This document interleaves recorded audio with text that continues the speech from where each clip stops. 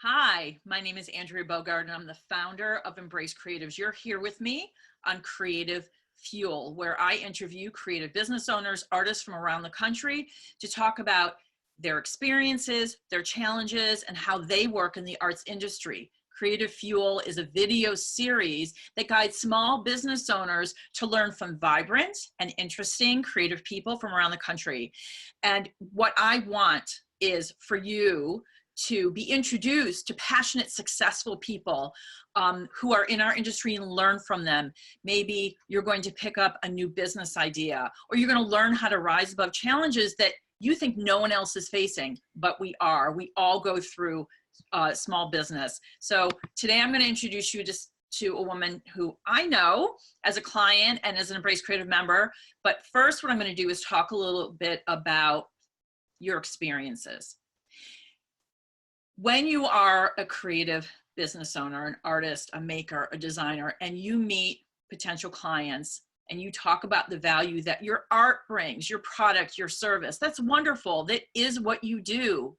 But there's so much more. There's so much more value that you bring as a person. I teach a class, an in-person class, and one of my clients lived in New York for a long time. She may actually be from New York, and she does 3D work. And she was talking about her work and what she's saying through her pieces and who she's trying to support and what she's trying to express. And I said to her, what's your background? Where are you from? What have you done in your 50 plus years of working in the arts? And she sat there and she thought, wow, that's right. I lived in New York. I worked in commercial photography in New York City. I did X, Y, Z. I said, well, all of those things that you are, that you have been, that have created who you are today should be part of how you speak about your creative business. And that's something we're going to talk today with Sue Schneider, who is my guest on Creative Fuel. Hi, Sue. Hi. Thank you for joining me today. First of all, I'm grateful that you are an Embrace Creatives member. You contribute so much. And I know with all of us, our time is, we have like this much time to actually commit to being online and connecting and building relationships, which is what Embrace Creatives is. It is a safe space for artists to do business and meet buyers and build those relationships. We also educate artists, like what we're doing here with Creative Fuel, so that when they meet those opportunities, they're ready for them. So what I want to hear from you first, if you don't mind, is what value you receive being a member of Embrace Creatives. Well, for me, being able to just connect with other artists, I probably post more, not very much, but more personal struggle posts, how frustrated I am by having my work income life intrude on my studio art life and being frustrated, or being those kinds of creative frustrations. And it's not something I would normally post on Facebook because it's kind of, it seems not important and more like whining, as opposed to commiserating with other people and hoping someone else will say, yeah, me too, I'm there too, because there's something very reassuring about that. Yeah, and that's what I love about the community, is that we get each other. That's why I built it. So tell us about your path. You moved to Detroit, to Metro Detroit from New York State, but you've had a lot of history before that. So I want you to tell us about what's your path. Well, the quick story is I graduated from the Kansas City Art Institute in 1980. I had worked in the advertising department of the Kansas City Star, but I was also exhibiting right out of the gate from school. And after that, I moved to New York City and I continued to do the same thing. I worked in video production houses and continued to exhibit. I had shows in Seattle, New York City, Chicago, and then moved to Arizona and I was still exhibiting in Seattle, had a show, some work in Sedona, not a show, but at that point I had a family, which made it very, very difficult to make art. I had a lot of family demands. I have a child who's now an adult with lifelong chronic illness, and another child. So that pretty much was my priority. And then when I moved here to Detroit 5 years ago, this was something I really wanted to reclaim and get back, and knew that if I didn't try it and try to step back in, I would always regret it. What's your medium? Uh, Now it's always been mixed media. There has always been some kind of stitching involved, but for the past 10 years, I started using annealed steel wire and incorporating found and other objects, some of which are dishes or bottles that I smash and run through a tumbler and drill and incorporate, but a lot more found objects and a lot more constructions. And presently I'm incorporating aluminum screen. When you thought about getting back into the art scene, you're in a new space, you've relocated, you don't even know where to start. What fears, what was your concerns? Oh, there were a lot of concerns. Just trying to step back and step back in, and how intimidating that is when you see so many younger artists that they already know how to articulate. They're already out in that world, knowing how to navigate it. And I'm navigating a new community. I'm trying to reconnect with the art that was interrupted before my move, trying to find some kind of continuum in there, and exploring, and just being in my 60s or almost 60s and thinking, did I miss my window? And that was really, really scary, and trying to just keep going do it in spite of all those fears.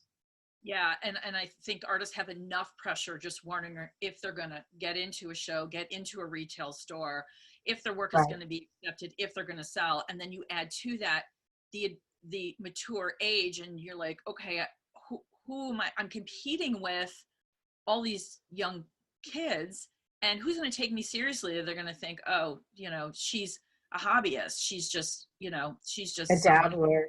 yeah, a dabbler, because, oh, I'm a mother. It's like, yeah. So you come with a lot of Right. a lot of experience, but those experiences, they don't resonate in the art world. They don't care. And what what kind of validation do you look for? Are you validating yourself? Are you valuing your work through other people's validation? It's really complicated, and sometimes it can be really demoralizing. Very emotional, very. And then just to step back in, and plus you hadn't created in a while, right? So you weren't actively in your studio, so now you have the pressure of producing. I did have a show, and it was the first time I had exhibited my work in 20 years, close to 20 years, and that was in 2012. Mm-hmm. And unfortunately, that show, my opening reception coincided with Hurricane Sandy. Oh, So I spent all that time producing that work, and very yep. few people could get there. Yeah, There was literally no gas. I was in New York Um, then.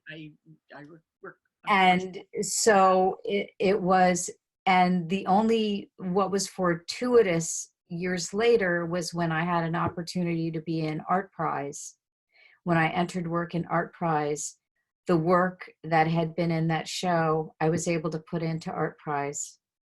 And if I had sold that work, during Hurricane Sandy, I wouldn't have had any work to show in Art Prize.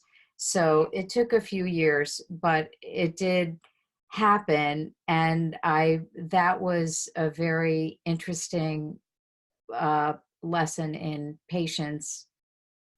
Do you think that as we age, we are more accepting of the time that it takes to get where we want to go, or to at least start moving forward, than someone that's just out of school?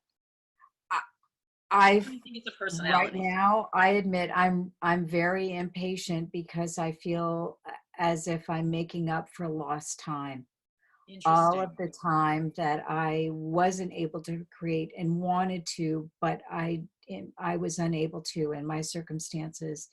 Right. So now I feel, uh, if I was driven before, now I'm really driven because and I'm also equally driven in reclaiming my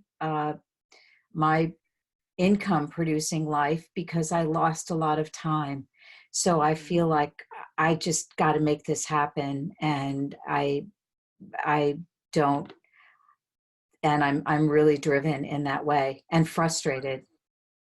So you moved to Metro Detroit with this goal, Hmm. and weren't quite sure where to start because, again, it's a new place. You're just kind of coming back into it. How Don't did know but anyone. don't know anyone, but you've been exhibiting, and you've done it. So how did you get from point A to point B? I realized I needed help. And I first contacted you because I did have an opportunity to show my work, but I didn't know how to price it.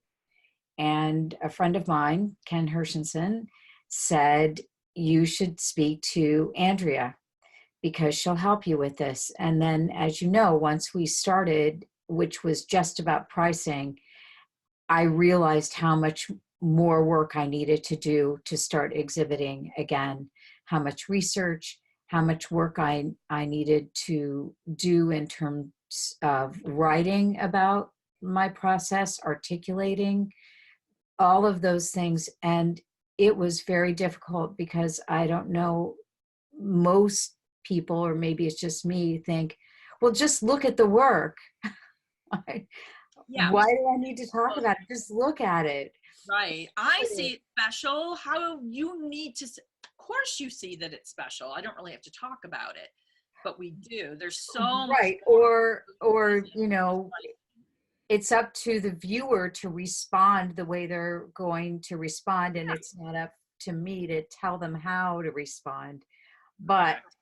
as we worked together, it became very apparent that I didn't know what I didn't know. And I don't think I would have been able to step back in the way I did if we hadn't worked together. And And I'm grateful. thank you. And I'm grateful that I had the opportunity to work with you. And what struck me is I saw you and I saw your work and I heard you, and you were saying, no one's going to take me seriously. I'm coming back in. Look at I'm me. old. I'm old, which you're not. And I'm seeing you because I'm seeing you, and I'm seeing your passion, and I'm seeing your vivaciousness, and I'm seeing your work that I love. And I remember saying something like, bullshit, let's go. It was like, no, that is not going to be the case. Age really has very little to do with it. Mhm. And I am reading and have been reading so many articles about mature adults who Mhm. are either coming back in or starting for the first time. And I'm talking like 80 and 90, and they're selling and they're having Right. shows. They're doing what they want to do. And It's very inspiring. very inspiring. And because of our age, all of the experiences that we've had in business, in our personal lives, Right. they are the backbone. They give us this added value. So the value that your work brings needs to Mhm. equal the value that your price point is. But because we have done so much more than Mhm. than artists just coming out of school or been out of school for even 5 years, even 10 years. You know, we've been doing this for 30 years And plus. So the I've had value is exhibited. so much more. We are able to add value in many ways because Mhm, of who we are and what we've experienced and what we learned. And that's the key. It's learning. It's being able to look at yourself and saying, okay, I need to work on this. And that's the mhm. key. And that's what you did. And it's brilliant. I also was lucky that I had some exhibiting success when I first started out. And Mhm. that's what really gave me the, I don't want to say confidence because I didn't feel confident, but it made me feel like I was at least allowed to try to throw my Right. hat back in. That, Exactly. Because you had that and experience, you and that know. helped. I'd worked with galleries. I had some experience, but a lot has changed in those years. Social Mhm. media. Uh, So how many exhibits have you been in since you committed and started to get your work out there in a, you know, in a strong way with all the value propositions and the correct pricing that we worked on and everything that we worked on together? How many shows have you been in? well, in the last 13 months, I've had work in 7 shows, and 2 of those shows I've gotten awards in. And that was something unfathomable to me when we first started working together. I thought if I get into some shows, and there have probably been equally as many rejections, Mhm. but again, that's part of it. And I'm learning. We all learn to deal with the rejection. I'm learning to embrace that too. Um, that that I would have work in that many shows, I couldn't have imagined. And the awards were just uh, really appreciated. But boy, was I! We've talked about this. I was gobsmacked. Yeah. So it it was not when we first started working together. I didn't couldn't imagine any of that happening. Yeah, and what that tells me is that age doesn't matter. It is the craftsmanship, it is the passion behind the work, it is the work itself, and it's all that extra stuff that you bring as Sue Schneider and everything that you come through and everything we've Mhm. done together, and it's the whole package. So, what's your advice for an artist who's deciding, okay, so now I'm moving towards the end of my corporate world. I want to retire soon. I'm in my 50s, I'm in my 60s. I've always done XYZ. I want to do this. What would you say to them? I would say do it. Uh, I know in my case, if I had just given up, I never could have lived with myself. Hmm. And it's better than wondering what could have happened. Personally, I'd rather fail and know, but at least know that I tried. Um, and I, and get help when you think when you're out of your element, don't hesitate to reach out to other people that have more experience or more insight. I use that in web design too, having other people doing the same thing that you do and dealing with some of the same issues is so helpful uh, for their insights, it's just a tremendous resource on any level. And I think asking for help. Yeah, absolutely. I mean, I know that on Embrace Creatives, we have a lot of older artists. I know that for myself, with my Mhm. coaching and my teaching with Detroit Art and Business Institute, my sweet spot for clients are like 30 to 65. I actually have a client that I worked with who was over 80, and she's a watercolorist and she wants to get into licensing. And I'm in her studio with her assistant. I'm like, I want to be you when I'm Yeah, no 80, kidding. working and passionate and up and doing. So age is is a bonus. Age is a Now value. it is. So for the artists that are older, they're like, okay, I want to do this. Get into a community, meet people, whether it's Embrace Creatives, whether it's another community. Right. um, the clubs and the associations are a really good start, but you got to get out there and you have to put yourself out there. It can be hard for artists because we tend to be insular and we tend to We're be all introverts. introverts. Exactly. But getting that community that gets you, that can support you, that you can ask questions, and then get answers to. So yeah, I thoroughly agree. You have to dive in, keep your ears open, ask questions, Right. and then figure out, and right, and then get the realistic help, the business help if necessary. That But was tremendous. And the bonus from all of that, from all of the past 13, 14 months has been connecting with other artists in the community through these exhibits. yeah, That was something I never expected either, that there is a community that I now feel connected to in a city I'm new to. And right. that's a very nice experience. It is a great experience. And You it's don't have to be exhibited to do that. So you go to the art openings and you talk to people, and then you right. go, when it's not an opening, to the gallery and you talk to The the gallery. artist talks. The Oh, artist the talks are artist invaluable. talk. So they are invaluable because it's that quiet space. So in an exhibit, you got, 100 people and you can barely hear yourself think, and it's hard to, Or see the work. yeah. And it's so much better to go back when there's no one there, when it's just that artist talk and there's the 20 to 30 people, Right. you and the artist, because you really get to experience the work and just, in a calmer setting. But yeah, artist talks I love them because you get to hear what the artist was thinking. And you've done a few, actually. You've done some artist talks with your exhibits. How was that? How was that? I was so nervous, and luckily people went before me. So I paid attention to the kinds of questions that they were being asked, Mm-hmm. trying to anticipate and how they handled those questions and what they talked about. And again, I am not someone who's a public speaker. So it was other than teaching, which is different. It was a really great experience, and people asked me such interesting questions about my work, and then wanted to connect with me to learn more about it. And again, that was a very unexpected experience, but now I really enjoy going to other artist talks and hearing the insights and motivations of other artists and why they make the work that they make, and some of the hurdles and obstacles that they deal with. It's very inspiring, and it's very connecting.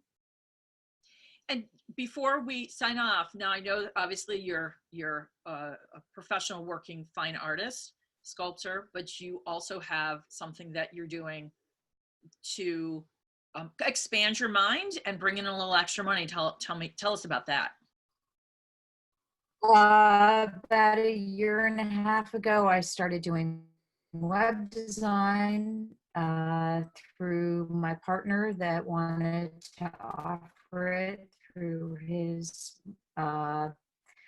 marketing and advertising business. It was something I always wanted in, and I'm learning to code. My coding skills are far from well developed, but I'm able to use them, and we've done four sites. Right now, the biggest challenge is the time constraint between learning, doing, and making art, Right. and seeing art. Is there anything that you're doing with your web design that is transitioning into your art, or vice versa, or is it just completely two separate animals? It feels very separate. I feel like I have to tap into two very separate parts of my brain when I'm doing the web stuff, even though I user experience and visual appeal is very important to me with a background in graphic design.